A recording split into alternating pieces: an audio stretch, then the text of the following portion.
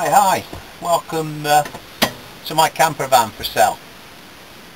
As you can see, driver seat, captain seat, and passenger seat, also captain seat. Makes it a perfect little get-together area. The inside has all the facilities that you require. We've got a SMEV unit, which is 2-burner and sink with running water. The burners are self-igniting. We have the self-igniting switch to turn gas on, hold in, press the self-igniting switch and the gas ignites. We've got 2 of these, and then you've got the old running water. The fridge runs on 12 volts, 240 volts, the thermostat, and the gas. Now at the moment it's not connected to the gas because I didn't want gas in the van on the fridge, so it's just like at the moment it's 12 volt and 240 volt. It's quite a good sized fridge, and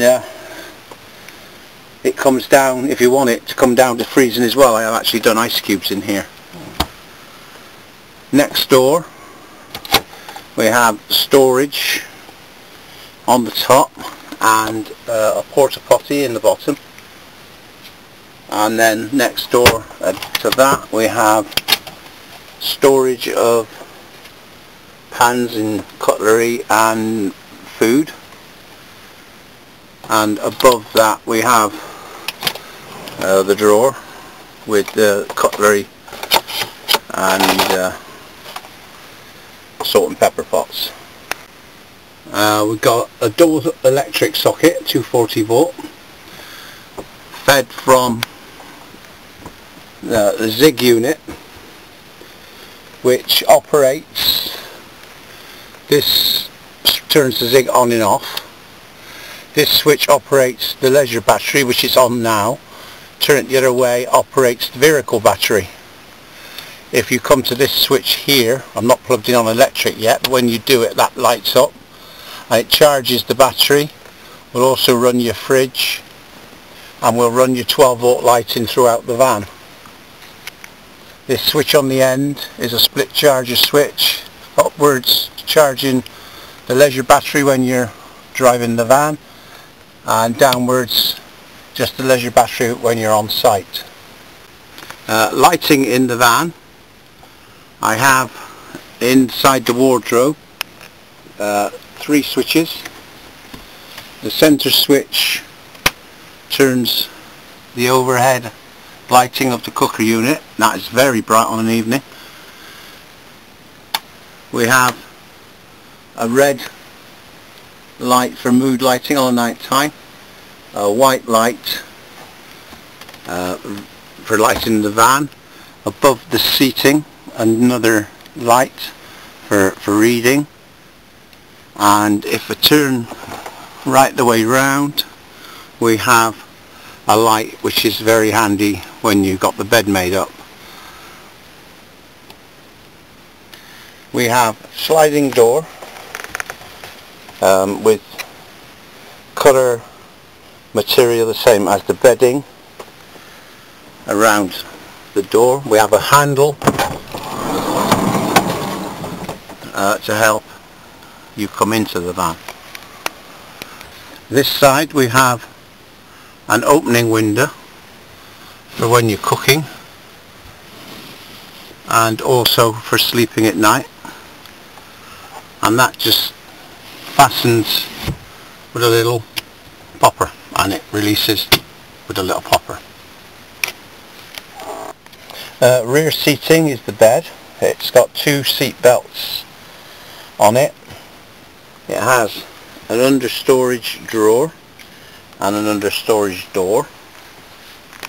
In this little cupboard we've got a fire extinguisher, and then in the drawer, under bed storage. Just at the minute I've got the curtains and towels in here. The curtains, show you the curtain. Whoa. Shut that up. It's got push catches as well, stay shut when you're on the move. Curtains are held up with Velcro. We've got a Velcro strip on the back of there, and we've got carpet on the. It just sticks. The Velcro just sticks to the carpet, and the curtain's up. I like that idea better than putting a curtain track around. I didn't want a curtain track around, and we get a curtain that goes across the cab, and there's a curtain to go across this window. The bed operates from a lever and drops down, and the seat belts come into the centre. And there's the bed in the down position. On the back door we have a picnic table. The legs will adjust to 3 different heights. You can use it in the van or outside of the van. Saves the need of having 2 tables. And as you see, there is still plenty of floor space when the bed is in the down position. That basically gives you room here to put your porta potty out for the evening. And the bed just goes back with a bit of a shove, and the bed is back in its seating position. Underneath the passenger seat we have an onboard safe that's bolted through the safe, through the floor of the vehicle, and then the seat is bolted back in on top of it to make it a secure place to keep your valuables. The back of the vehicle has wardrobe storage, zig unit and electrics are up there. Down in the bottom one we have water container. In front of it we have leisure battery and a gas bottle, and there's a shoe rack in there. There's a little bit of extra storage. Under the bed we have a waste bottle which we put underneath the van on site. Storage under there for a couple of folding chairs and some more storage should you require it. It's the general view of the interior from here. The van is insulated, roof insulation, side insulation, back door insulation, and back door insulation into this one. This picnic table that just lifts out, and the picnic table is a screw all the legs together in different sizes and opens out to that kind of size.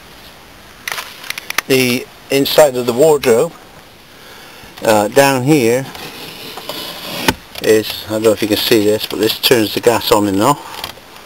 Easy access to turn the gas on and off, and then for removing the gas bottle, the whole shelf comes out. All the shelves come out.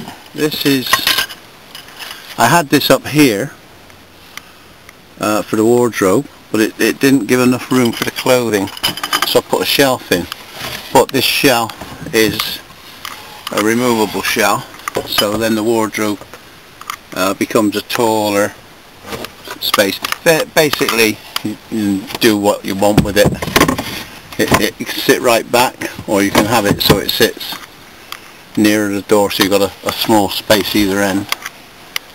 The floor lighting, that one and that one, and the one here in the ceiling, they all come on when the sliding door opens and shuts,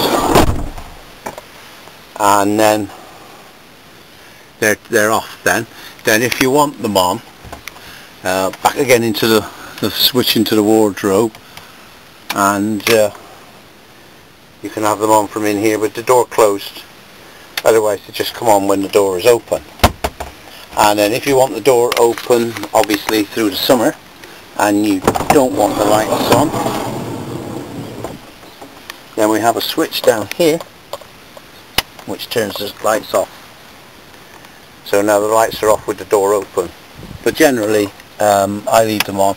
I've had all the lights on in the van for 3 days continuous, and the leisure battery has not worn down. So that's all the good stuff of the van. The van's done 83,000 miles. It's had a service, it's had a new alternator, and it's had its oils and filters changed, and it's all documented. It's had a cam belt change with a water pump, that's documented. I have a limited history for it, but there's certainly a history. Bad points, these seats, I bought these second hand. There's a mark there in the seat, and there's a mark there in the arm of the driver's seat. The passenger seat is perfect. These were out of a Ford Galaxie, because I replaced the original Renault seats. They were no good for the job at all. So these are Ford Galaxie seats. I was waiting to find another Ford Galaxie seat to replace the driver's seat.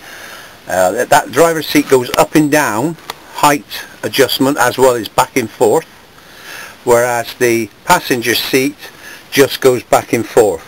It stays at its height, and then obviously they're on captain swivels and they turn around to face inwards. That is the reason I bought these, because I didn't want the Renault seats facing forward. So that's the bad points on the inside. It's just the seat, and there's a few paint chips on the outside which I'll show you now. Yeah, from a distance no worries at all. When you get closer to it, show you all the little bits and pieces on the bodywork. We have a little scratch there, and well, you can see so a dent in there. There's little tiny things around the bodywork, but from a distance looks great. And as you come in, there's bits of plastic paint coming off here, just needs cleaning off a bit more. And the sliding door, we've got some little chips down here, and passenger door, there's some little scratches down inside there, and the bonnet, we've got a little scratch there, and there's like little tiny stone chips there and there. And come round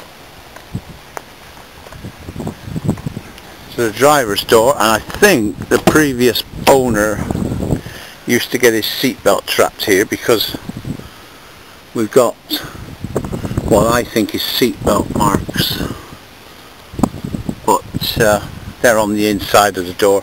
But it's just the little things that you'll see when you open the door.